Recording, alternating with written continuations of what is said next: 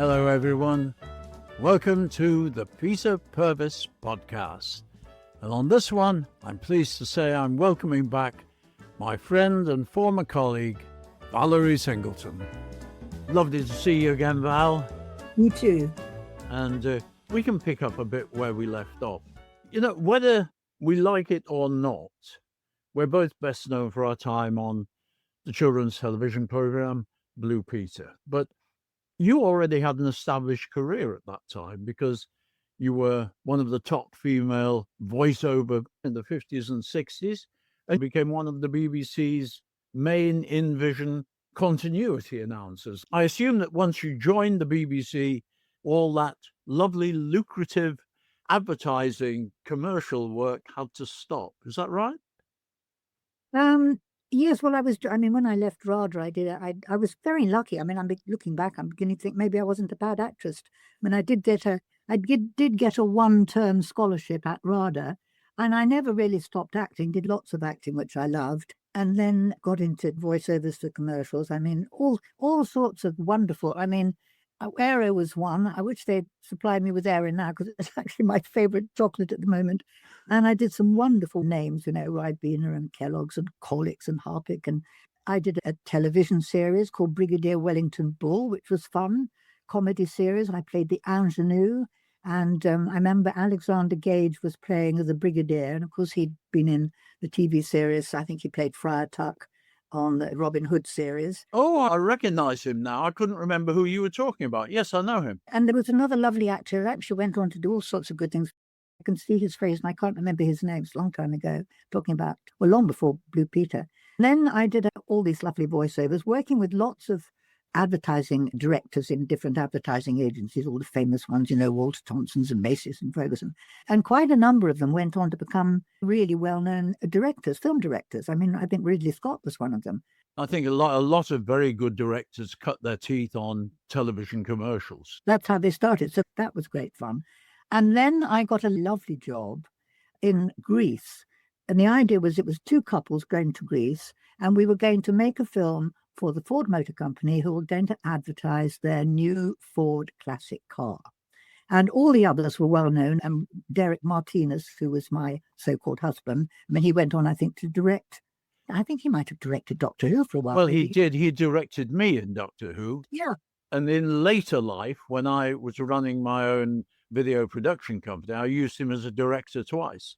Right, how extraordinary. We all sort of cross paths, don't we? Yeah. And then there was a lovely girl who played the wife to the other one, who was, I don't know, I lost sort of touch with him. She was called Jane Merrow. And we had this fabulous 6 weeks going all around the mainland of Peloponnese and right up to Delphi in our classic cars, going to all the sites, the famous sites in Greece.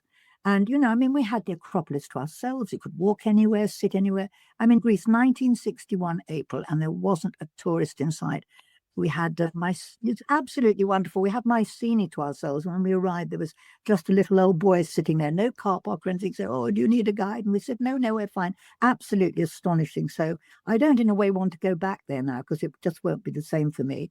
And then I came back to this, you remember this strike we've had recently? With the film strike, and lots of things couldn't happen. Still don't quite know what it was about, but there was a big strike and it went on for about 6 months and meant that nothing happened on commercial television.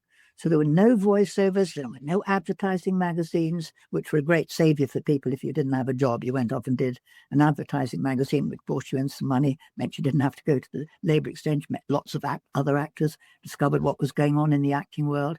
And so you were saying the other day that you think a lot of our work is being in the right place at the right time. I think I can sort of look back on various things that have led me the direction I've been in to friends. And there was a friend of mine called Bridget Coleman, sadly no longer with us, worked in television on the other channel. I think she's a PA. And she said, why don't you write to the BBC and see if you could become an in-vision continuity announcer? Would never have crossed my mind. I hardly even knew what they were. So I sent off silly pictures of me sort of being photographed around the Acropolis and joined them. And for a while, it was absolutely fine. I went on doing my voiceovers. Oh, shall I tell you about it? I nearly got the sack. And there was one day when I was on an afternoon, and I think it was Ascot, and I had to link over to this very eminent and renowned racing correspondent called Dorian Williams. Oh, I remember him. Yes. Do you remember him? Yes, very, Yeah. very elegant man. And I said, well, ladies and gentlemen, we're now going over to Ascot to join our racing correspondent, Dorian Gray. You never. And of course, anybody who knows their Oscar Wilde will know exactly Dorian Gray. It was furious, Peter, absolutely furious. I mean, I had to make an apology later that afternoon. You did. I very nearly, that you do that again, Val, and you're out. But what was so interesting about doing those, you would chat with the editor on that day, they'd say where you were going to do the breaks, and you write your script. It might be 20 seconds here, 15 seconds there, 30 seconds there. But of course, everything was live in those days, and nothing ever stopped. So they might suddenly get in touch from the control room and go, oh my goodness, panorama's underrunning. Can you expand another 15 seconds? Or panorama's overrun. Can you cut? So you were constantly expanding your already written script or cutting it. And it was such a test. I mean, for a while, I could almost tell you the time. If you'd said to me, about what's the time, I would have told you the time. You worked to a clock, you had a clock by your camera, and you're sort of watching the seconds ticking away. So that was fascinating. I must tell you a story about gaffes like that. It may be apocryphal, but funnily enough, I swear I heard it. It was a radio continuity announcer who was introducing some music. And he said, and here it is, played by the band of the Royal Arse Artillery. And the band started playing and everything else. And at the end of the piece, he said, I must apologize for my introduction to that. Of course, I should have said it was the band of the Royal Arse Artillery. And he repeated it. You did again. That's lovely. Oh, it's so easy to make mistakes like that. I know. Very, very easy to do.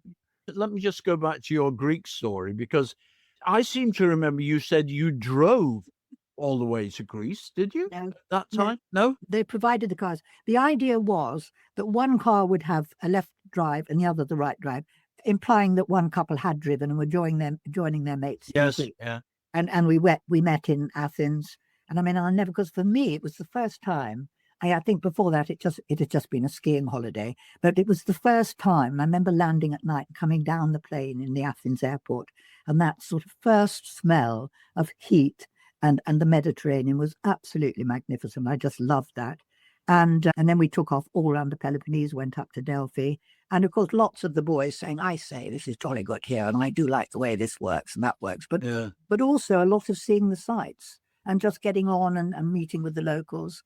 Fabulous experience. But what I did was I didn't fly back when I was meant to. I came back with one of the Ford trucks, a huge big Ford Thames Trader truck sitting right up in the front, and drove all the way through Italy and all the way along the front in the south of France with the police furious, because they were all meant to go up the back. And we sort of careered along the front of Cannes and Nice and went up and then met a friend, I think, up in Lyon, I think, in her little sports car. And we drove back and had 3 lovely weeks in Italy being chatted up by very young, attractive Italian boys. That was my sort of gap year, I think, 10 weeks away. You were rather posh with your cars. I mean, you had an MGB, which I know you were very proud of. At that time, we all sort of rather enjoyed our motor cars. I mean, it's very hard to enjoy a car these days because the roads are so packed and everything, but it was at the time when you could. I mean, I had a wonderful Bentley, if you remember. Your Bentley was fantastic. But I mean, it was so cheap. I saw it in a showroom window in Gloucester Road in London. It turns out to be a company called Offord and Company. And they used to look after all the vehicles in the Royal Mews, coaches and everything else. They were coach builders. They did all that sort of thing. Fantastic. And there was this Mark VI 1952 Bentley. Absolutely wonderful car. Looked fantastic. And it was in the window. And I went in and said, do you mind if I have a look at it? And I had no intention of buying it. But I couldn't believe it. And I said, how much is it? And they said it was £650. Now, that was a lot of money then. But somehow I just couldn't resist it. I said, when did you buy that? I bought it in 1968. It was I think during my first year on Blue Peter. Right. And in the days, of course, when you could park quite happily at the television centre. It was lovely. I had a reserved place to park at time was, because later on, after I'd left Blue Peter, I couldn't get into the television centre without going through a million bits of security, and nobody knew who you were anyway. I mean, it was, the funny thing was about the BBC at that time, that if you didn't work at television centre, you died. Now, when I left Blue Peter, I'm jumping ahead a lot here, when I left, all my programmes, and I did quite a few, all came from Manchester. And I can remember being back at television centre doing a one-off thing. I can't remember what it was. And I met someone in the corridor who I'd known when we were doing Blue Peter, who said, "Oh, Pete, how are you? What have you been doing?" And I said, "Well, I've done 3 series of so-and-so and so-and-so and so." And they had no idea. I wasn't at television centre, therefore I was Gosh. dead. Well, Pete, when you joined, because when I joined Blue Peter, I mean, the announcing that I did, the continuity announcing, was done on the 4th floor, up Yeah. in the sort of continuity suite in the television centre, which I didn't realise until just very recently. Of course, it had only been built about 4 years before. But Blue Peter, to start with, was done at Lime Grove. Oh, I know. That's where I joined it. So you joined it at Lime Grove, yes. from Lime Grove. Riverside as well. And Riverside very Yeah. briefly. And then, of course, we came back to the television centre. Yes. Yes, gosh. No, I can't remember how I got my MGB. I'd had a little, what were those little cars, very popular? Little Morris, is it a Morris 1000? The one with the sort of little line down the middle of the screen. Morris Minor.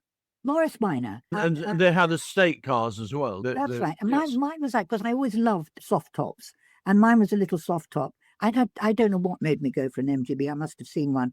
And I was just about to sell it, I remember, and I came across some crossroads near me without looking. Somebody went into the side, so instead of getting about £500 for it, I think I got about 250, and got my MGB and absolutely loved it. Yeah. Did it feature? I can't remember if it ever featured in any Blue Peter films. It might have done. My Bentley never appeared on Blue Peter. Edward Barnes, who was the assistant editor, said, that doesn't fit the image. I was doing a film with, do you remember the athlete Dorothy Hyman, sprinter? Yeah. And I made a film with her up in somewhere near Leeds, Harrogate, somewhere up there in Yorkshire.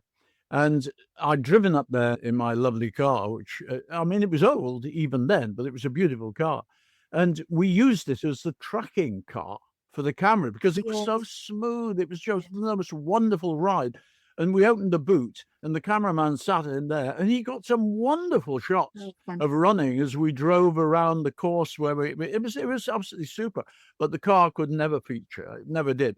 Why did you get rid of it? I couldn't afford it. I mean, if you didn't turn the engine off when you got into a garage to fill it up, you could never get it full. I think it did 10 miles to the gallon. I just couldn't afford it. It was stupid. But I sold it to a friend, a photographer, a wonderful guy. He and his wife were good friends of mine. And I sold it to him. In fact, I swapped it for Cooper, Mini Cooper, which I didn't keep for very long. But he took it because it needed a new clutch. He put a new clutch in it. He was quite well off. And he repainted it in British Racing Green. And the first day that his wife took it out to drive, she turned it over into a field. Oh, my gosh. And was that the end of it? Well, it didn't write it off, but they were big, sturdy cars, but it did such a lot of damage. I think it was scrapped. I think they couldn't afford to do all the work that would be needed on it. Well, I had another MGB later. And then when I came down to the country for various reasons, I took over a boyfriend's little VW, which if I'd known had so many problems. My gosh, I could have bought a Ferrari. I spent so much money on it. And then I succumbed, rather like you, to the Bentley, to something I saw in a garage locally. And it was a little BMW Z3, again, a soft top. And it was a special show colour. It was not racing green, but it was a green. There was no other green like it. So everybody knew exactly where I was. Oh, saw you were in town the other day, passed you on the road. That very sadly died about 3 years ago. And a friend said, it's going to cost you a fortune, get rid of it. So I did. It's very sad. Let's go back to being on Blue Peter. You were there before Biddy Baxter. Yes. I mean, meeting Christopher Trace when I was doing continuity announcers, and he said, I'm doing this program. I mean, it was very basic in those days when Chris was doing it. It was 15 minutes, mostly about trains and black and white. So when I joined it, no sign of Biddy at all. I'm trying to remember who was editing it then. it was very casual. I looked back on some diaries the other day. If they wanted you did some filming. You didn't sort of have to go to the studio at a certain amount of time or anything. And it went on a bit like that. It was being recorded in those days. That's why there was a huge furore recently about, oh my goodness me, Blue Peter's going to be recorded. Well, it was recorded in those days. Anyway, eventually Biddy Baxter arrived. I think Edward Barnes might have been around by then. And of course, Monica Sims was the head of children's programs. Head of children's programs, yes. Programs. And Biddy arrived. And I always remember meeting Biddy in the first time. It was one of those little assembly rooms where you go for coffee between the studios. And of course, she literally changed Blue Peter forever and a day. And I still did the two together. It was once a week, still recorded, still black and white. And then one day she said, we're going to go twice weekly. And look, we're recording 2 days a week and it'll be going out 2 days a week. We can't have you introducing yourself, the continuity suite. You've got to make a decision. Which one do you want to do? And Blue Peter seemed much more fun because, you were out and about a bit more. You met people. You did a bit of filming here and a bit of filming there. And gradually the dogs came in and the cat and, and a badge or two. And it just looked more fun. And it was during those early days of Blue Peter when somebody up on the top, 7th floor, somebody on the top floor said, I think I heard Val Singleton's voice on a commercial the other week. Can't have that. You've got to put a stop to that.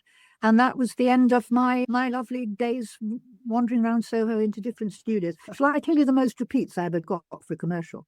Go on. Most of what we used to get, I don't know if you get repeating.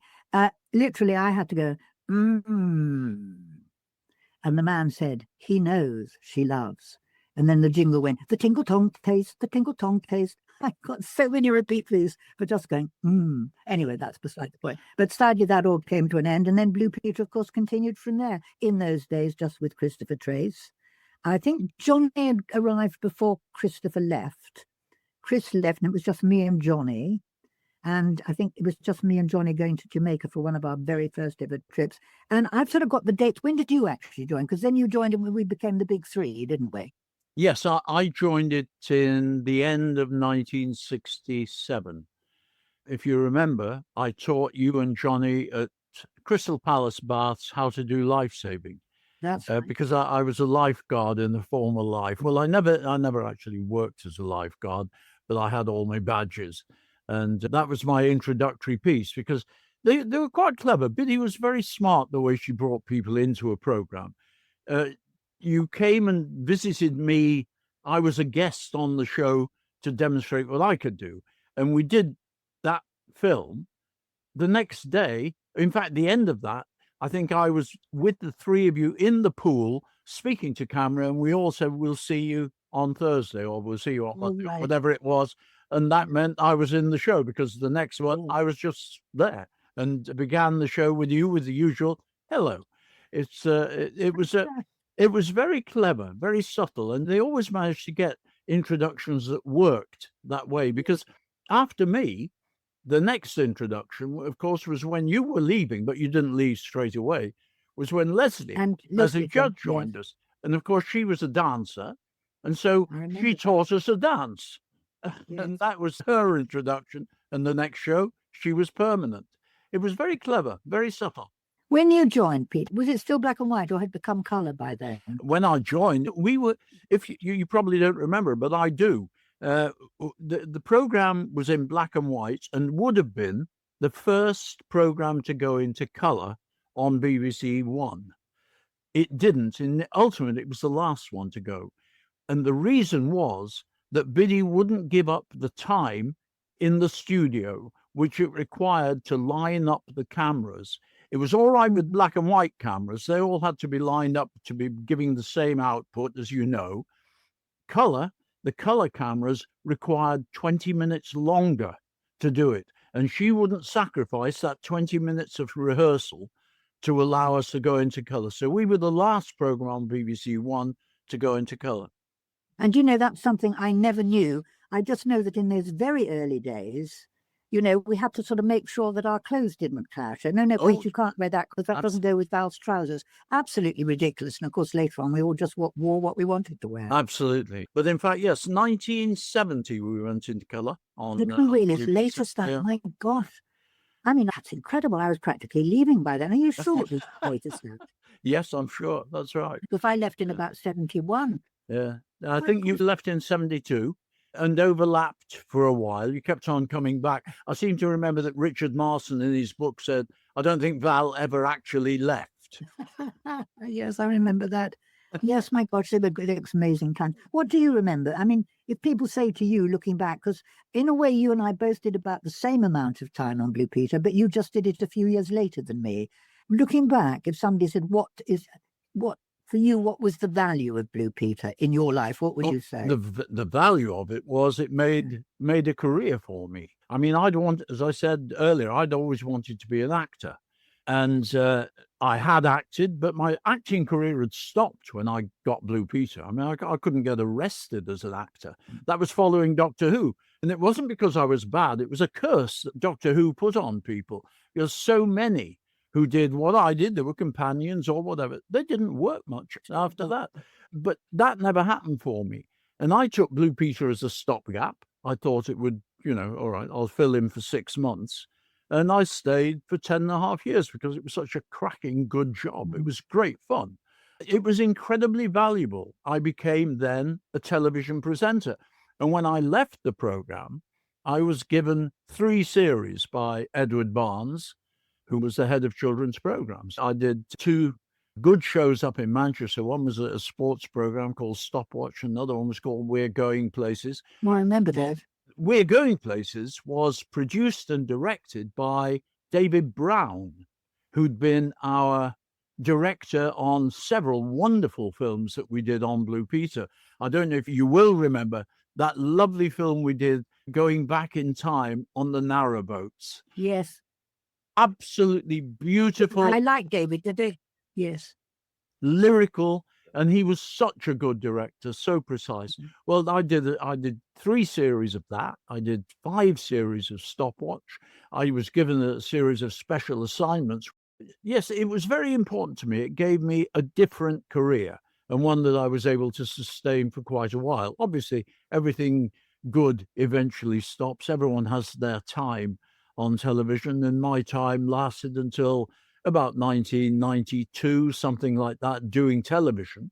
I think Kickstart was the last major thing I did, apart from Crufts, which I did for 41 years following Blue Peter because of my interest in dogs created by Blue Peter, which was a wonderful advance for me.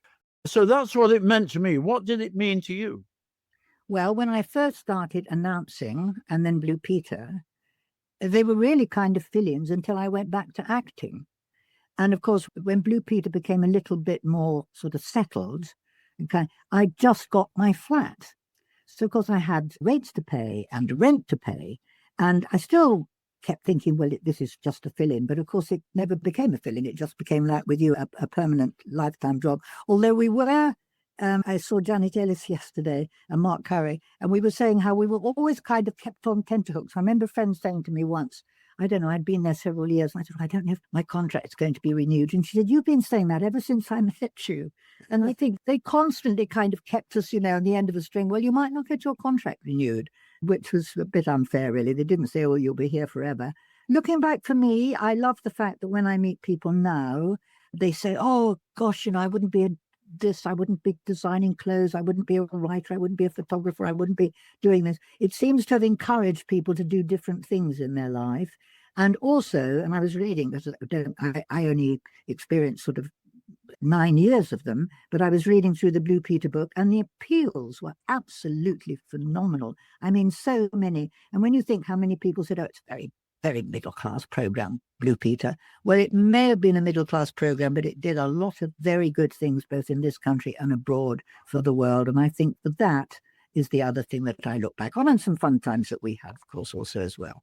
Oh, we had some great times. And of course, we were lucky enough to be traveling the world at a time when most people didn't. I mean, package tours were just starting, but it was not a big thing. Flying was quite expensive, relatively, so people weren't going. We didn't have the cheap airlines and all the rest of it. I mean, the world has changed out of all recognition since we first went abroad. But I mean, we've had some great trips. We talked about Morocco in our first session.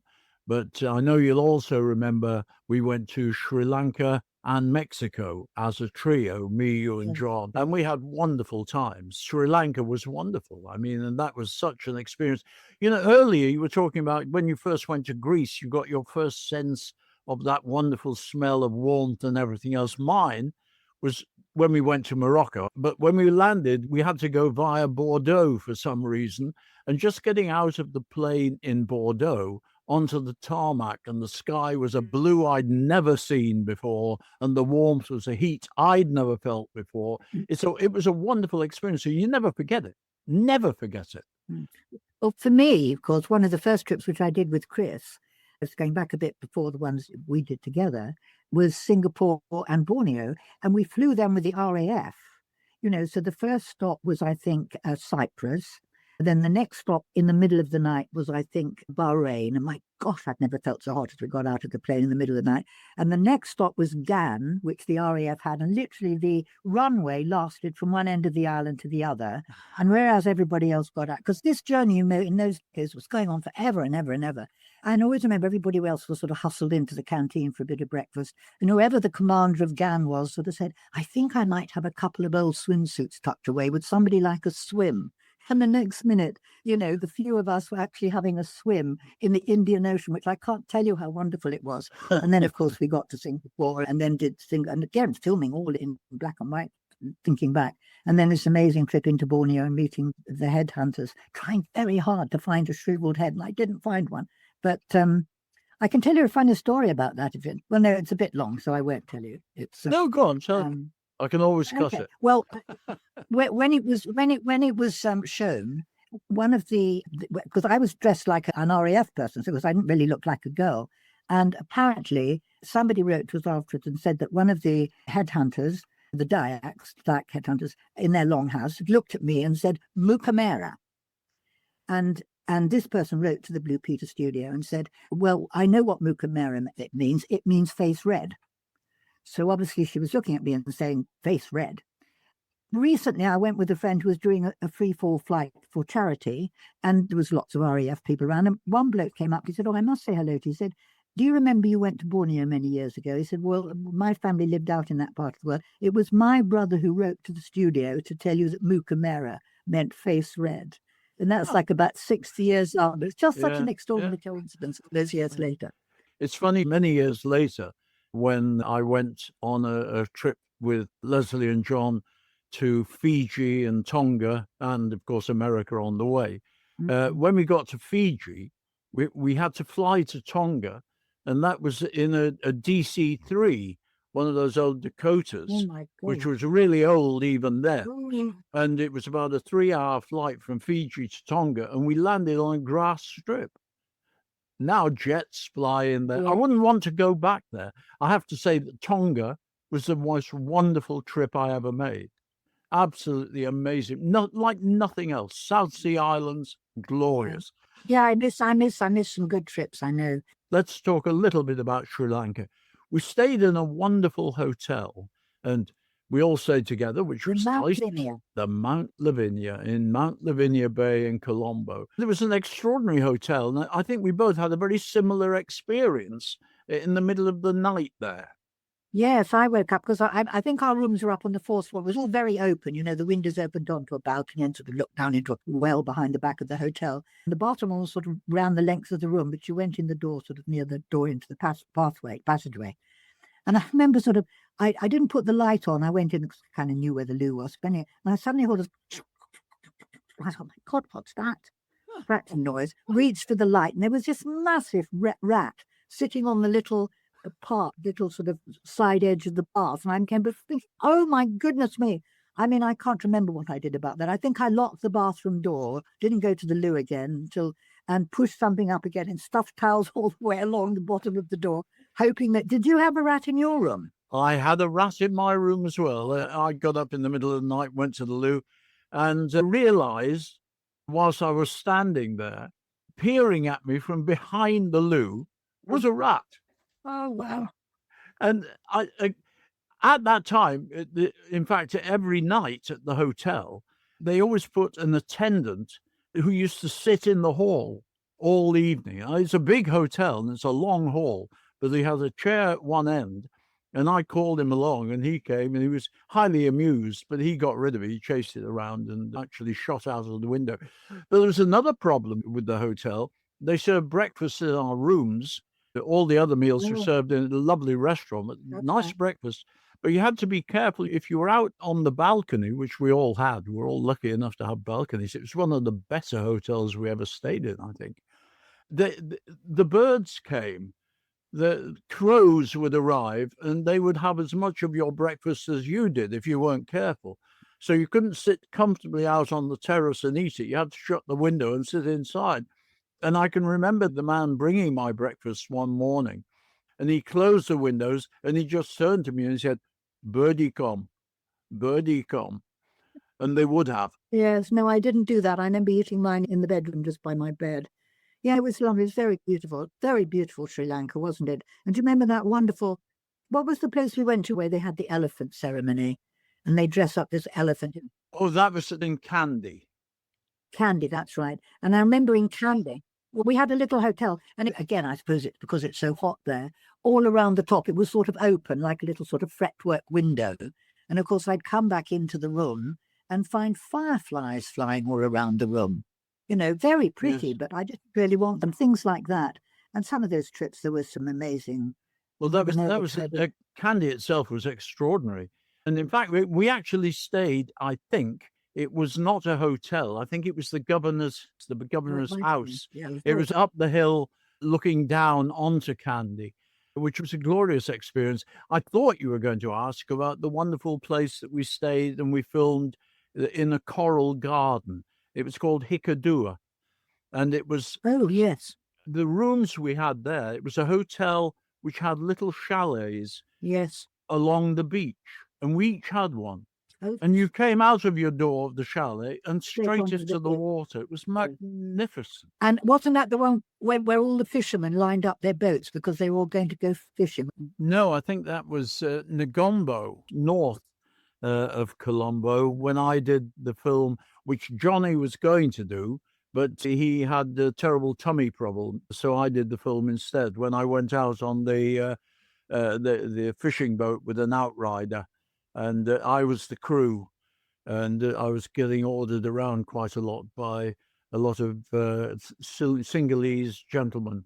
I think I actually turned at one point to the camera and it was cut. Edward Barnes cut it from the final film because I turned and said, "This is all very well." They were ordering me about, and I said, "There's too many chiefs, not enough Indians." That was it. He wouldn't let me use that.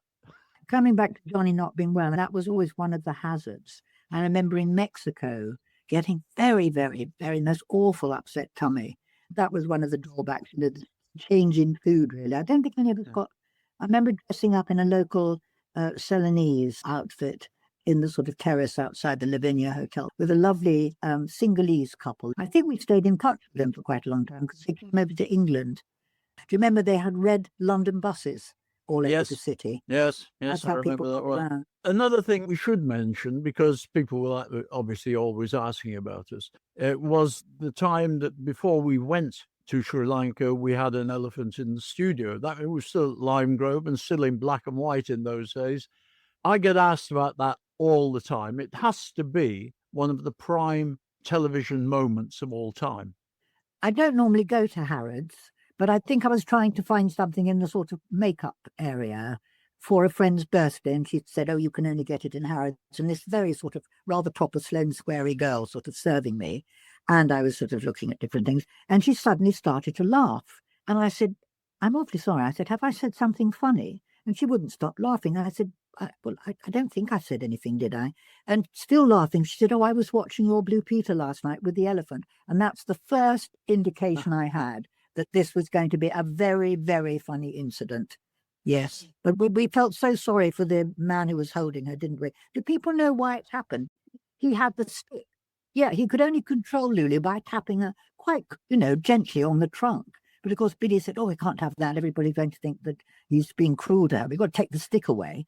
And of course, without the stick, he had no control over Lulu at all. And she It was perfect. And we didn't have much control over Johnny either. I mean, Johnny was a great. Of it, didn't he? Oh, he always does. I mean, he pretended. I mean, the elephant did wee in the studio, which made it very slippery, but it didn't wee on Johnny, but he made it look as though he did. He didn't step in the elephant poo, which we got a big close-up of. I mean, he did. He made the best of everything. Johnny would always make a joke. My greatest experiences of John are watching him. Every time there was a staircase, he tripped up it. You knew he was going to do it every time. He was good fun to work with, I must say. I know he embarrassed you a lot. I mean, the only times it was difficult, because if you remember, we never, ever, ever once in the entire time that I did Blue Peter had auto cue. And Johnny was just a little bit difficult at remembering his lines. So when he had a cue in for film, he'd write it out and stick it up under the lens so he could look down and get that, the timing into the film. I mean, we had to do it very accurately, because unlike today, when you just say, we'll take a look at that clip and it runs, we had a very precise 10 seconds to count in, which to the exact point where we had to stop talking. And sometimes it was to overlap the film. Sometimes it was to cut right on the point that the film came in. We had to be precise. And I don't think Johnny would have ever managed it if he'd had to remember it 100%, but he always read his cues. I read a lot of mine as well. Did they eventually have auto cue on Blue Peter? How could you have had it? Because you were so interacting with each other all the time, talking to each other, listening to what you couldn't possibly. You'd have just been staring at the camera and never, Well, that's the thing. And one of the nice things about viewing what we did and how television was in those days when you didn't have auto cue is that you did interact with each other. I do get very tired watching presenters now staring when there are 3 of them or 2 of them on screen and they're both staring straight at the auto cue. They never look at each other. I remember Biddy always said, look at who's speaking. Look at who's speaking. The difficult thing, of course, was that we had a script to learn, which we got the night before. I'd kind of learned bits during the lunch hour. And then, of course, we'd do the run through as you'd learned it. And then, of course, Biddy would tappity tap down the stairs from the control room and say, right, we're overrunning. We've got to cut this bit. We've got to cut that bit. And we'll cut, and Pete, you cut that bit. And we then had to do about sort of 5 minutes later, a live show, having remembered to take out the bits that we'd sort of previously learned. Exactly. Oh, gosh, we did it. We did it. As you'll remember, she sometimes, in fact, quite often, would change the running order, which affected everybody, all the cameras and everything. I mean, it was it was all live, and actually it was wonderful. And I think it was a very well-produced show. I loved it. I did actually love doing it. Did you? I mean, what I loved looking back, and because I'd been an actress, of course, I absolutely loved all the dressing up. Oh, I know. Recreating but the extraordinary thing is, the ones I really remember, Jane Austen, there's some of my favourite pictures in the Blue Peter albums of me dressed up. There's a lovely one of me as one of the Brontes on the moors behind Haworth. I did Marie Antoinette, which was amazing. Oh, that was very beautiful. And I remember in the afternoon, I was the shepherdess, because she had this little place which she created for herself, a little farm and everything, so that she could go and pretend she was an ordinary person. Le Petit Trianon. Le Petit Trianon. That's right, Le Petit Trianon. And they said, well, we don't need you for a second. So I went quietly and sat on the grass, not moving. And an entire little group of French school children came up to have a look at it. And they literally all froze as they saw me, and almost with one voice, I can't remember what it is in French, said, oh, it's a ghost. And then I moved. And it was so sweet. I always remember that. But then sometime after, Richard Marson, who actually was a film editor at the time, and then went on to become an editor of the programme, I think it was sometime after from Billy Baxter. And he then wrote a very good book about Blue Peter, but he sent me a tape, which I've still got at home, and it's well over an hour long, and it's all sorts of other characters that I apparently dressed up as, which I'd completely forgotten about. And what is fun is that, of course, there's you and Johnny sort of linking me into the film, and then you're both coming out of the film. So I can see the two of you and your hairdo, because we were coming into the 70s when hair was getting a bit longer. Your sideburns are getting a bit longer and your hair's getting a bit longer. But it's great fun to watch, and I've still got it at home. On a cold winter's day to come, I will sit down and watch it again. Yes, really wonderful memories. Look, I'm so sorry, Val, but time has actually caught up with us. It really has been an absolute pleasure to hear you enjoying your memories so much. So, for the moment, thank you for joining me on the Peter Purves Podcast. Thank you for having me on. It's been lovely talking to you and going through lots of really lovely memories. So sorry to have to interrupt the conversation with Valerie, but we will be back with part 3. In the meantime, in 2 weeks, I'll be back with my very good friend, Tim Vincent. I hope you'll join me for that. And if you're enjoying the Peter Purves Podcast, please don't forget you can subscribe. All the best to you all. For now, take care, everyone. Adieu.